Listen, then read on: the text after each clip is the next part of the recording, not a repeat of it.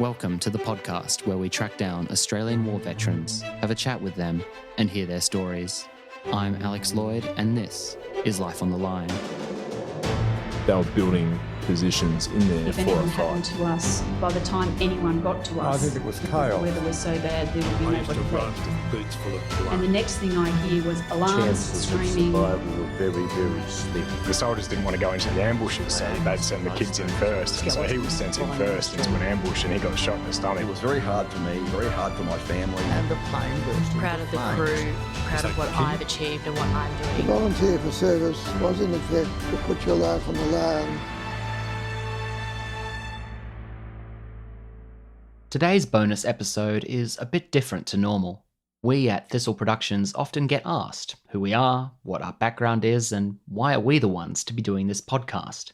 To answer those questions succinctly, we first came together in 2010 to work on a small veterans film project, and that quickly grew wildly out of control, and since then we just haven't stopped. That first project is called For School and Country.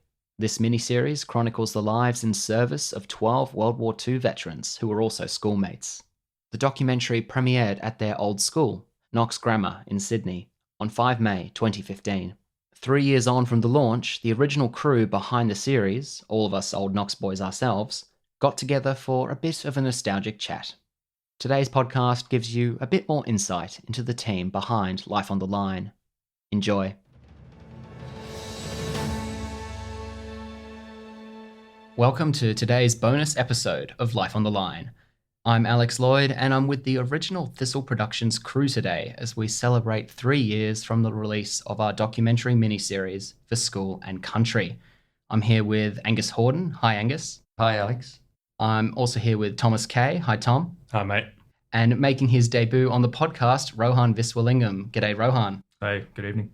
So it's great to be back with the band and all here and reminisce. And to kick off, let's go back right to the beginning. Angus, how the heck did this all start?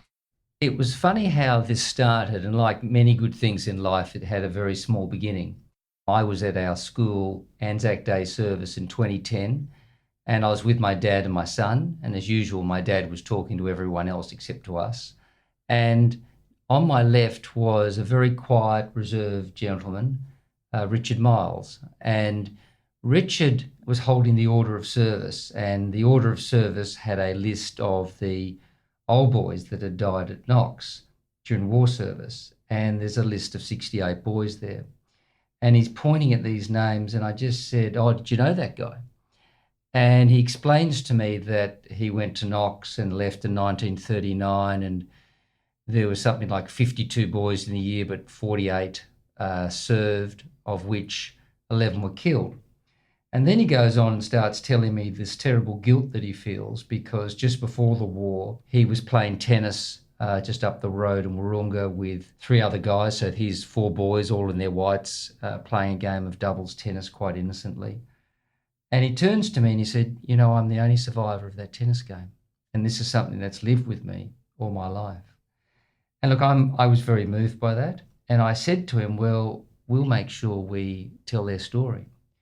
And we couldn't obviously have the dead come back and talk, but we could listen to Richard and listen to Richard's mates who were still now in their twilight years, but many of them were ready to talk. And we were just sort of at the right place at the right time with the right message. And lo and behold, I'm sitting back and suddenly the headmaster gets up and he starts speaking. And Headmaster John Weeks says, "What you do not value will not be valued." And I'm just thinking to myself, listen to what the headmaster's saying. I've just listened to what this dear man, Richard Miles, has said about his fallen mates. And I'm terribly moved by it. And I decide then and there that we'll do something about it. And it takes a bit of time to sort of build up its momentum. I go to the school. I ask the history department. And there's this lovely guy called John Diamond. And he lines me up with Carl James, and then I say to him, "Look, I need to get some help.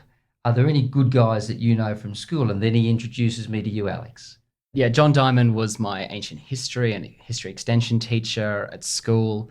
and just came at me with this, oh, I've got this veterans project you might be interested in. So I remember I'd done a documentary on the School Cadet Corps' 80-year anniversary. So I came along and met you and brought you this DVD of my very, very limited experience with filming and documentaries and anything like that. But I recall we got on well and thought, oh, let's just sort of start this and see where it goes. It was a good gig to a uni student who had nothing else to do with their spare time. And I remember we were in your office in the summer of, I think it was December 2010, going through who we should be speaking to. And I knew none of these names and none of these stories, but I wanted to make the point that we didn't even pick these veterans. I know your father is one of them, but this list wasn't ours. Someone wrote it for us. Yeah, look, that's a wonderful point. And I was very mindful there were so many wonderful men to interview and so many incredible stories to tell.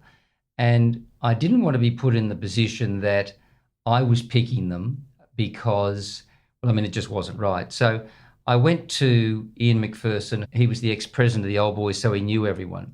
And so I said to Ian, how about you get together with Richard Miles? And the two of them contacted a whole bunch of veterans. Basically, Ian came back with the list of 12. Look, my dad was on the list, and I was very glad that he was on the list because he actually had a great story and I knew it intimately. But I didn't want to actually pick him, and I was glad that Ian obviously picked him. And therefore, we had this list and we started interviewing these guys. And what was beautiful about these men is that they didn't want to tell their story, but as I explained to them, it was critical that they speak on behalf of their fallen mates. And therefore, they saw it as their duty of actually serving their mates. And hence, they all took it incredibly seriously. And Alex, look, you and I interviewed them all, and I just loved talking to them. And we had many good interviews. I certainly, I mean, do you remember that first one that we had with Ted Carter? Yeah, that worried me about the entire project. Bless the late Ted Carter. He had an incredible story, which I'll let you recap, but it was probably, from my point of view, you were the interviewer, I was the cameraman, and I was going along to most of these interviews blind. I wasn't doing the background. I was more thinking of production and where can we take this and that. You were bringing out the content, and then I was listening to this first interview unfold, and there is an amazing story there, but trying to get it out of Ted was memorable, wouldn't you say? The Ted Carter interview was our first, was a funny one. Ted was living up in Tamworth and he said, look, I don't come down to Sydney. You've got to come up and see me. And I said to Alex, look, we've got 12 people here to interview. I'd like to go up and see him, but, you know, it's a bit of a logistics things to get up all the equipment up to Tamworth. Let's get to him later. And like, lo and behold, I get a call from the guy literally a couple of weeks later saying, I'm coming down for a special Tobruk anniversary service. If you want to talk to me, you can do that. So I said to him, great, how do you want to do it? He said, well, I'm going to be on, and he's calling me from Wahroonga, so he's already down here and there's no warning. And I'm actually on a plane to go to the Philippines to help with the filming of the project the next day. So I'm supposed to be at home packing. And I ring Alex and he's at work and we weren't even prepared for this, but he drops what he's doing, you know, we meet up and with Ted says, well, look, I'm going to be on the 12:20 train from Hornsby going into the city. I'll be in the 5th carriage. Meet me there. So I go to the train station and no one steps out. No one's even at the front of the train. And I'm thinking, shit, I better just get on this carriage in case the guy's actually there. So I get on the carriage and I'm thinking, where would he be? Up or down? I go up. I go upstairs and I take a couple of steps up to the top and I start looking at people. I'm eyeballing these guys and this elderly gentleman looks at me. And I look at him and he just nods. And I went and sat down to him and that was Ted Carter. And he didn't say much. He was a man of few words. His family had testified to that. So we go into town and this is just the two of you. I'm not helping you at this stage. I'm going to meet you at the office after. Yeah, and I've got my video camera. In fact, it's the first video that we actually shoot of the whole production where I get this camera out and Ted's walking around the cenotaph at Martin Place and he's talking to his mate. So I'm just leaving him and I'm just sort of filming it. And miraculously, some of this footage is good enough that we can use. So we bring him back to the office and in interviewing him, I could tell his patience really wasn't there. He didn't really want to indulge us too much, but it was challenging. But we wanted to hear about Tobruk, El Alamein, and then was posted back to New Guinea. And the video is there that tells the story. Oh, yes. And when sometimes his responses were very colourful, detailing struggles of, well, how do you go to the bathroom in the trenches of Tobruk when the German snipers are waiting to get you? And the technique is an empty tin can of peaches. But then he would ask him another question, and he would just go, no. He was very stern and not being used to being interviewed, which I think is typical of almost all of them that we spoke to, that they hadn't told the story before or not beyond family because they weren't seeking self-glorification or ego. They were finally telling it because they're in their later years and are being asked to, and for a greater purpose than just sharing their own life, but they're speaking on behalf of their former comrades as well. So we get through that interview with Ted, which I do recognize as a great story here. We'll just see what these others are like. 3 weeks later or so, you're back from the Philippines. The next bloke we chat with is Barney Greytrax, which listeners of this podcast will be very familiar with that name by now. But we film this World War II veteran, bomb aimer on a Lancaster bomber of Bomber Command, shot down on his 20th mission, lands on the German side of the French-German border, crosses over, joins the French resistance, fights for them for 8 months before being liberated. And you and I are there. Your friend from school, who's a television producer, Matt Clark, is there. And we're recording this amazing story. Just go, oh my God, we are onto something here. And then the stories roll out after that. We get a good mix of Navy, Army, Air Force with all 12. John Reed, John Hordern, Phil Stevenson, John Hall Lacey, Eric Thew, Ted Carter, Richard Miles, who did not want to be interviewed, but when a 12th person pulled out, he was the replacement we insisted upon, so he reluctantly joined. David Nesbitt, Lyle Roberts, Arthur Pardee, Barney Greytrax, Don Caldwell-Smith. So we have these 12 amazing interviews, and these stories form this collection. The original vision wasn't clear. We just knew where to get these stories recorded. That was the imperative. Then we look at this collection as it's starting to build and go, well, there's this weaving thread of common experiences, little things like John Reed is shipping supplies to Tobruk where Ted Carter is. Your father and Phil Stevenson serve on the same ship under the same captain at different points. There's these interesting overlaps, and they're just 12 remarkable stories. And we think, okay, we have to make this a bit bigger. And you've been at the Philippines and done some photography, and we're starting to think, how else can we make this? Okay, let's make this a documentary. So our vision grows enormously, and we'll come back to the other parts that we had to put into that production, like music and other location shoots. But a very important part of expanding this vision was expanding the team, because I just started full-time work. You were ongoing with full-time work and expanding your business. It was becoming beyond our means, and I'm only an amateur filmmaker by passion. I wouldn't even describe myself as a filmmaker. I just enjoy doing it and had rudimentary understandings. I wanted to expand the team with guys that knew what they were doing, guys who had a love for history, and just reinforcements because we desperately needed them. So we went back to Knox, and we got recommended by a couple of different old teachers of mine, two lovely individuals whom we both spoke with, and we couldn't pick between them. So welcome to Thistle Productions in 2012, Tom and Rohan. At the time, I was studying TV production in Wagga, and in the middle of a production shoot, I get things go under wraps, and then just have a 5-minute break or so, and the phone rings. Timing was perfect, and turns out it was John Diamond on the phone, just giving me a call about this project. And he went on to tell me about what it was, who was involved, and about this incredible documentary that was being put together with the stories of former Knox men who served through the war. And I just went, it amazed me at first mention. And I went, sure, I'd love to do it. I was, as well, a uni student with a bit of free time, and thought it would be a great way to spend that free time and actually do something that is for a good cause. My generation, so my brothers and I, we're the only generation at the moment that haven't done any service with the Australian Army, as far as I know, from as far back as I can look. But it was something that I thought I could be proud of and, remember them from. And then while on my third date with my now fiancée, I gave her the head up that Tom's engaged. Did you know that? Congratulations. Thank you.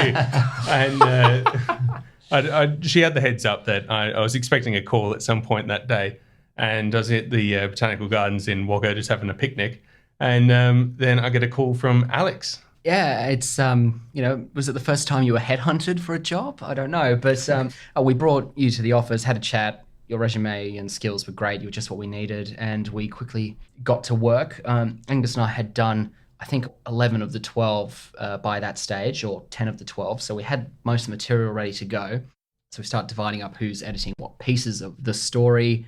And looking back, I feel a bit guilty because there was a lot of, okay, here's a script scene by scene of this guy's story on this, then this guy's story on this. So I knew the structure it should unfold, but didn't have much brief beyond that. It was, okay, here's material, good luck, and send me some stuff and I'll give you feedback, and hopefully what you do and Rohan does and I do all kind of matches up, which by and large it did.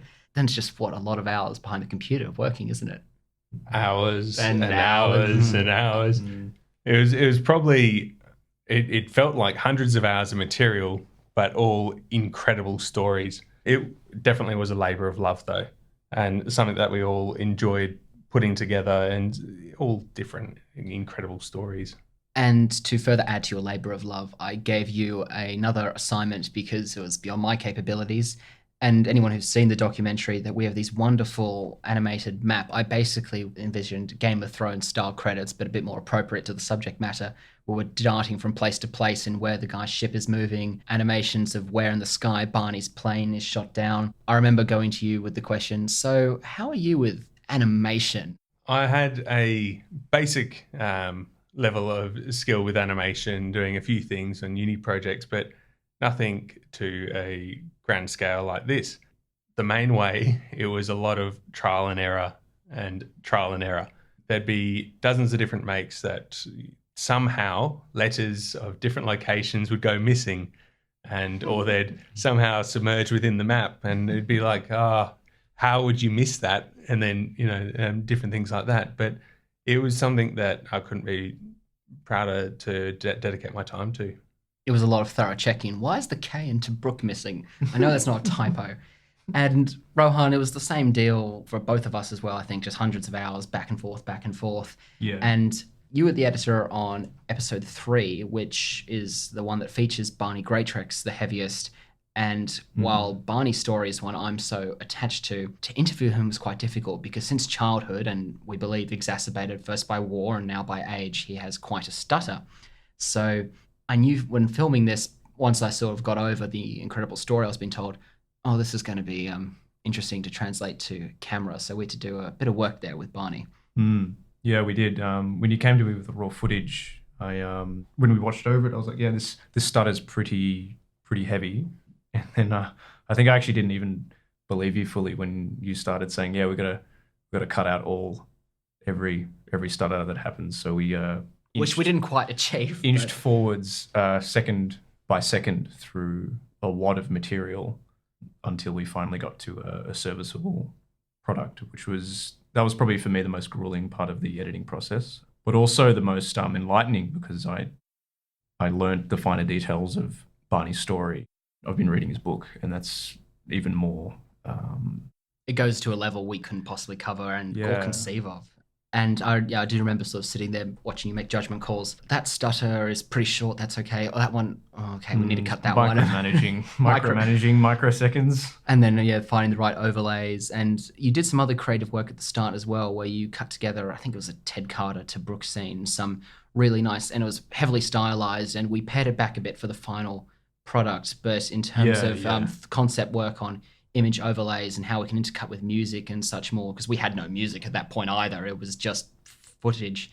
So that gave us a good sort of template to go forward with. Okay, let's apply these principles and find the right balance with the actual music we have.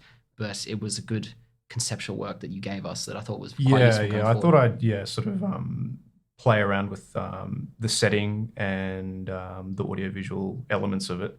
Probably too cinematic for what we were going for, I remember. But I think it was a good exercise to just trial out a few techniques. And it was cool.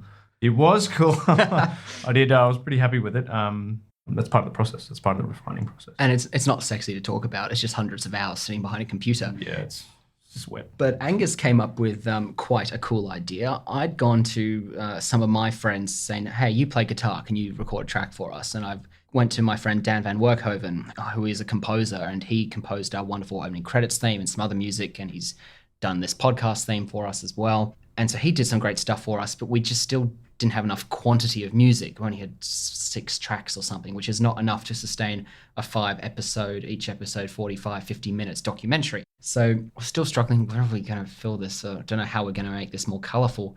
And Angus had a very ambitious idea, which I just dismissed as, no, that's not going to work. They won't say yes to that. But Angus, do you want to recount Swee and the choir? The music story is a beautiful story. And it goes back to, we just interviewed Barney in 2011, and my son had learnt to play the clarinet at school, and he's been practicing at home. He's still playing it beautifully. And he's playing at home the track from The Great Escape. I'm hearing this beautiful Great Escape music, and it's a wonderful movie, and everyone who's seen it, just know it as an absolute classic. And I'm just thinking, well, we've just interviewed Barney, and he has this most amazing Great Escape story. And here are these Knox boys that are playing the Great Escape music. Why don't we get the Knox boys to play for the Knox production? We'd met Mr. Bryce, James Bryce, who's the director of music in the senior school. He's ex-military himself, ex-Air Force. Really? Yeah, you just Should we get him on the podcast? Yeah. You can't just awesome. appreciate how good this man is. Talk about discipline, organised, hardworking, passionate. He's an absolute inspiration. Yeah. He's just outstanding. And he just loved it. He was military. He understood the importance of the service. He said, we will do this. They started creating this beautiful music, which is played throughout the production. And they're just wonderful pieces. 7 tracks of it, including they bring the choir in as well, Abide With Me, Band of Brothers, The Great Escape, the hymn from Saving Private Ryan. There's so much great stuff in there that we're so grateful they contributed that to the production. It really made it, and I managed to fill all the space I needed with music in the editing thanks to that. And then we keep expanding the vision. There's a lot of filming done in a variety of other places, and one of the most notable ones, Angus, you go to Gallipoli. I was overseas and I was able to go via Constantinople, and then, of course, if you're in Constantinople, you must go to Gallipoli. So I went to Gallipoli and I took footage of Pluggy's Plateau, the hill, which if you go to Gallipoli, it's this massive barren hill that you've got to climb. And, you move to tears, and that's why everyone who goes to Gallipoli gets it. And again, I was using the same camera that I used with Ted Carter, that I was just filming the waves lapping at the shore. Well, with this podcast, I've been jumping up and down the east coast of Australia for recording as many interviews as I can. But for the documentary, you and I only went as far as the Southern Highlands, Angus, for Phil Stevenson and John Hall Lacey. But you were doing a lot of running around, and some of the earliest running around was with Tom. We were blessed in that I've known Dr. Brendan Nelson for quite some time. He and I shared car spaces in the same building where my office is. I contacted him and he kindly opened doors for us, and his contribution to all of this project has been nothing short of outstanding. I mean, the guy is just brilliant. His Churchillian quality address you have to listen to in the DVD. But we meet down in Canberra, we go to the War Memorial, and we're running around with the footage. And do you remember how I was sort of... Anyway, you tell the story, mate. Yeah. Well, every time I've been to the War Memorial, I'd never really thought of behind the scenes. We were essentially handed the keys to the kingdom. We could go anywhere and everywhere. We were guided throughout the museum. We were shown this, that, everything else, and given as much freedom as we needed to get all the material we could use. And it was kind of a surreal experience as well, going in and seeing all these different artifacts, paintings, and different pieces of history that were at our disposal to shoot the hell out of it. Our main goal was just to get the material we needed. We got in there early, before anyone else could, but we also had a interesting encounter when a school group decided to come into the museum at the same time, just as we were about to get some shots that we needed. Yeah, I recall that I actually redirected them to another room at the time. Yes. But that doesn't sound like you, Angus. But we were you tell them to be quiet as well? Something? Anyway, they found another room to look at. Yeah. But again, Dr. Carl James, who took us in at 9 o'clock before it opened at 10. And I remember, and we hadn't done much shooting, of footage together. And I knew we had limited time, before school groups, etc. came in. So I remember just dragging you saying, oh, yes, here's the Tobruk footage. This is Ted Carter. You must get this diorama. And then we went round to the Tarakan one where John Hall Lacey was involved. And then we kept walking around in the World War II section and just seeing shots that related to our story. And as you said, I kept pushing you. You just kept filming it. And then, the wonderful footage. And then, of course, it goes back into the back room for you guys to all work on. And then we did another shooting experience where at last we were able to get Dr. Brendan Nelson free for the interview. And I'd been tracking him in Canberra and Sydney, and he had flown in and he had to do a speech at the Union Club. And Alex was at work, and you fortunately were in Sydney. And I lined him up so he landed at something like at 4. I met him at 6. And then he met all the Union Club people at 7:30 or something. Yeah, I remember it was straight after an internship. I lugged all my gear to work and then lugged on the train into the city. And initially I didn't have any idea where I was going. So I rocked up, found Angus, thankfully, and then walked into this building that everyone's really dressed up. We wait for a little while in the lobby and then get taken up to this room, which conveniently named the Red Room. Every single wall in there was red. So we get in there and... It made the lighting for photography a little interesting. It did. We decided playing around with the shutters, moving the lamps, trying to reposition things to try and get as much colour in there as possible. Yeah, the guys didn't like that, I remember. Yeah, trying to lift the colour. And we had a little bit of time to set everything up. And you operated 3 cameras that day. Yeah, to be fair, it needed a little time. 3 arms. And thankfully had a quick rest to sort of cool down. And then I'd never met Dr. Brendan Nelson before. So this is the first time I've ever met him. And I knew him as a politician beforehand and then director of the Australian War Memorial. And then hear the knock on the door and the assistant introduces him and he walks in the room. Obviously, most of the time you see politicians on camera, they're not who you'd think they'd be in person. But it was like there were no shields up, there were no political anything, this, that. It was basically what you see is what you get. He was the most laid-back, welcoming gentleman that who showed an interest in every single person who would be there. So he spoke to myself, he spoke to you. He really opened his arms basically to this production and anything we threw at him, and was quite emotional as well. He was just brilliant. And then I had the great pleasure from these 2 excursions of yours going through all your War Memorial footage. That was a lot. And I think we only missed the welcome mat. That was it. Yeah. I filmed everything. And your interviews with Carl James, Brendan O'Keefe, and the full clip with Brendan Nelson. And you also got my second favourite shot in the documentary, that pan of the wall of poppies at the War Memorial. I love that shot, which is one of our, I think it's the opening shot in our credit sequence. And I love that. And the person who filmed my favourite shot was Rohan. We're at Knox for an Anzac Day service, and we had a few of our veterans there. And so we've filmed the service, and we're filming them. We're thinking, we'll film them interacting or something. Can you recount that shot for us, Rohan? Something unplanned and unexpected. I remember it was quite a cold morning, so my fingers were quite stiff as I was operating the camera throughout the service. And then it wrapped up, and then the veterans were grouped together, and they were standing still and talking, and then they started moving towards the cenotaph at the top of the ground. I had my camera on, but I wasn't recording, and then I happened to be behind them, and then they were sort of walking up, and then I started recording and thought, let's see what I can do here, and then I got a sort of pan up mid shot of starting from the feet and revealing these men of war. Walking to a commemorative cenotaph with the morning sun kind of spilling out over onto the grass over them.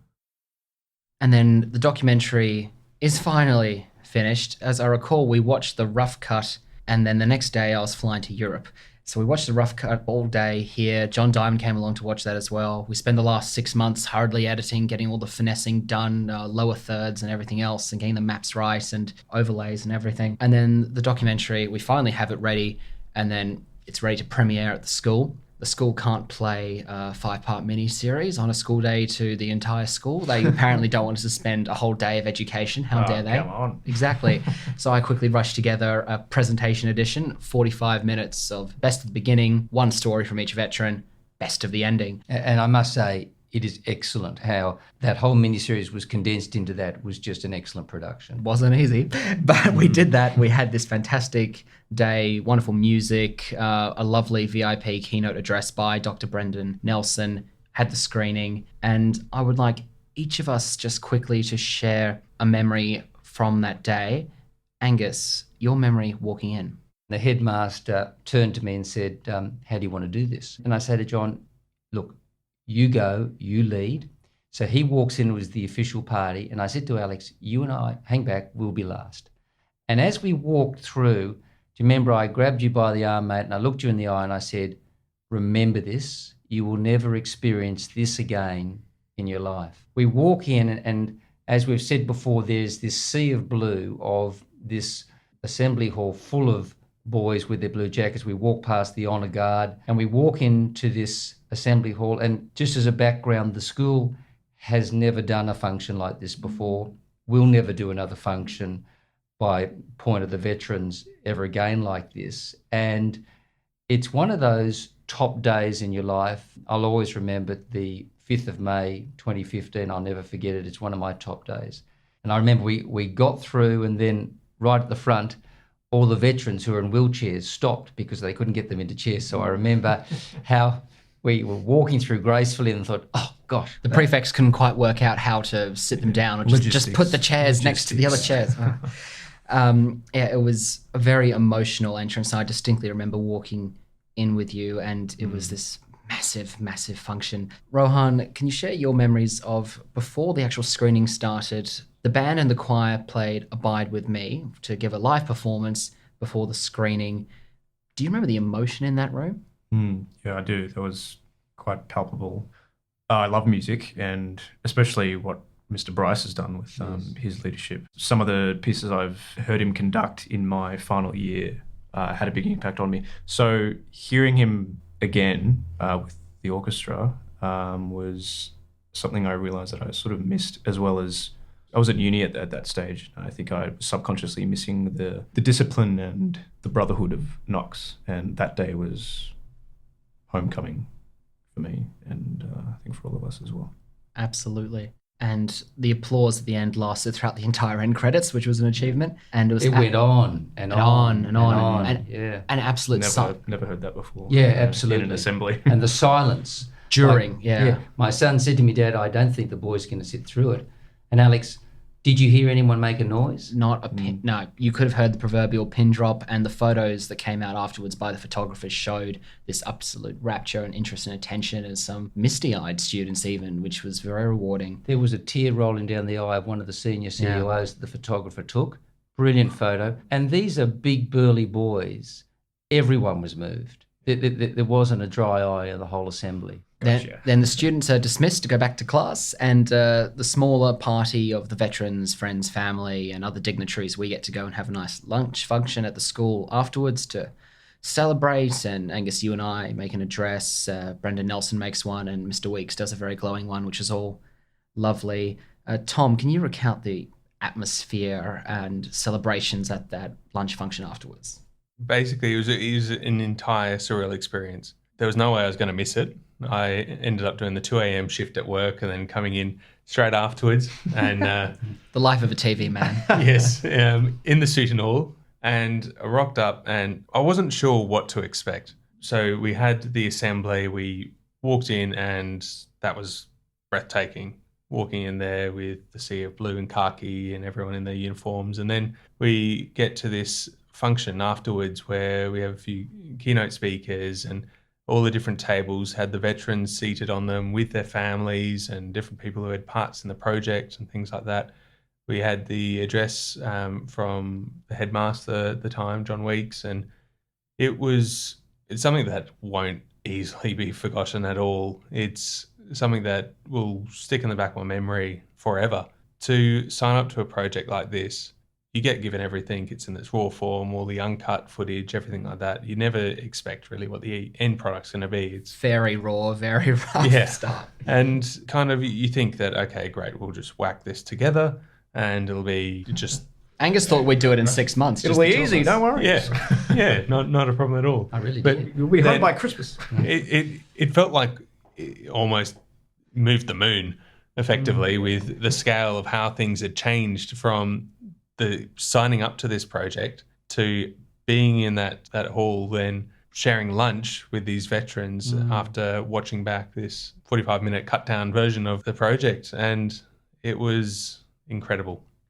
I remember it all vividly, and if I hear the track Aces High being played anywhere, I'm transported back to walking into the Great Hall that day. I can't disassociate it. One of the most lasting memories is after all the speeches were done, I brought in all these finely produced DVDs, professionally burnt and produced and all that. And Angus and I went around to each table, and anyone who'd been interviewed or other contributions was getting one. And most importantly, of course, the veterans were getting copies. And so we went to each table to officially present each veteran with their collection of copies. And just seeing the absolute warmth and emotion and sincerity on their faces, just trying to communicate how much this meant to them, because they'd all just sat through this remarkable experience in the Great Hall. And I don't mean remarkable because of our work, just the sort of culmination of all these factors of the student interest and the emotion and everything. Having that gratitude of what we have done is important. And we're not extraordinarily talented or anything like that. We're just the ones who did it, is what I come down to. And doing this podcast, someone occasionally asks me, but who are you guys? Why are you the ones to be doing it? And my response is, well, we're the only veterans podcast focusing on Australia. We're the ones doing it. That's the answer. So why not? Exactly. Why not? And it came back to that for me as well, that we had done this, and the opportunity for anyone else was there, but we'd done it. And I had that immense pride for being part of this team and getting that done. And that spurned a passion in all of us to keep doing this stuff. Angus, you and I took the story of Barney Greytrax to Hachette Australia Books and teamed up with best-selling author Michael Veitch. And September last year, Barney's biography came out. 97-year-old Barney there to celebrate the launch of the book. It's this most emotional, wonderful day. A smaller function back at school compared to 2015, but a more intimate and rewarding in another way, in that his book is out there across Australia. It's been sold digitally in various European countries. It's been sold in print in the United Kingdom. It's wonderful to have his story out there so widely. And of course, March 2017, we're still discussing, well, what can we do next? I don't know. And we come up with a podcast. That sounds like a good idea. Editing audio is easier than editing video, right? It is, but that one thing leads to another, and here we are today. So I wanted to have this chat with all of you because reminiscing is always fun. 3 years on, feeling a bit nostalgic. But for all the projects we've done to date and any we might do in the future, it started with For School and Country. And although that's the most local community-based project, it's a bit Knox-centric compared to these other wider stories we're telling now, it's always going to hold a very special place in my heart for that. So Rohan, Tom, thank you for coming on and helping us finish what we started. And Angus, thanks for bringing me on and having the vision. And Alex, Rohan and Thomas, I say again, thank you to you. You're all unpaid. You are passionate and loyal and professional about this. We just started interviewing these people, and really it dawned on us that it wasn't a 6-month exercise, that Barney and all the other boys deserved to have their stories told as best we could. And to your credit, we all just jumped in and did our best. And as a team, we produced a wonderful product, and we continue to. And it's lovely that we're here together again today, and we'll keep doing these wonderful stories. Thank you for reaching out and finding us, because it's not an opportunity that will readily come by anyone. It just happened to be the right place, right time, and not something that will be easily forgotten. It's something that will remain with me for the rest of my life, and something I couldn't be happier with.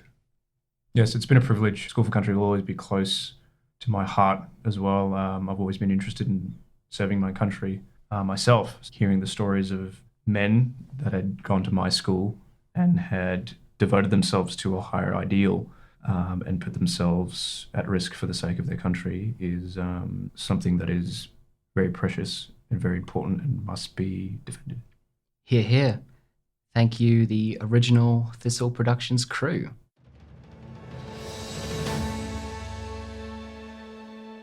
That was myself, Angus Hordern, Thomas Kaye, and Rohan Viswalingam reminiscing on our original Veterans project for School and Country. Find out more about the documentary at forschoolandcountry.com. We also have a Facebook page. Just search for School and Country. Follow our podcast on Facebook as well, Life on the Line Podcast, which is also how we're known on Instagram. You can follow us on Twitter at LOTLPod. Just for today, instead of our usual outro music, you'll hear the audio from the documentary's theatrical trailer. You can watch the trailer on the Thistle Productions Vimeo page, vimeo.com/thistleproductions. We'll also post it on our social media channels. Music credits are listed in the video description. Life on the Line is brought to you by Thistle Productions. Artwork by Big Cat Design, music by Dan Van Werkhoven. Thanks for listening, and lest we forget.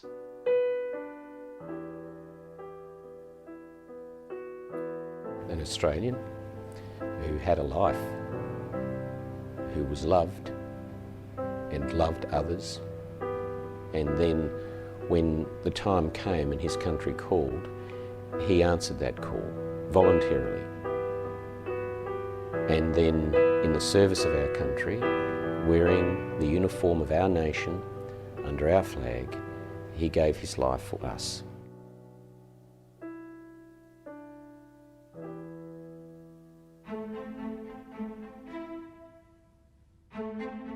As far as I'm concerned, they were the unsung heroes of World War II. Courage and determination in the face of often impossible odds. You don't know what the Japanese are going to do. You're not really sure what their intentions will be. So we need to protect, our vast continent. In my opinion, this is the finest generation this country has ever produced. They lost brothers and classmates, and the conflict changed them forever. We remember and thank them all. They were an enemy. They were there to be shot and got rid of. Pointed out the window where you could see nothing but rubble as far as the eye could see. You wouldn't believe that anybody could have got out of that at all. The airfield was a massive wrecked aircraft. Everything was a shambles. Engine on the starboard side had caught fire. You really sort of had your heart in your mouth and you prayed hard.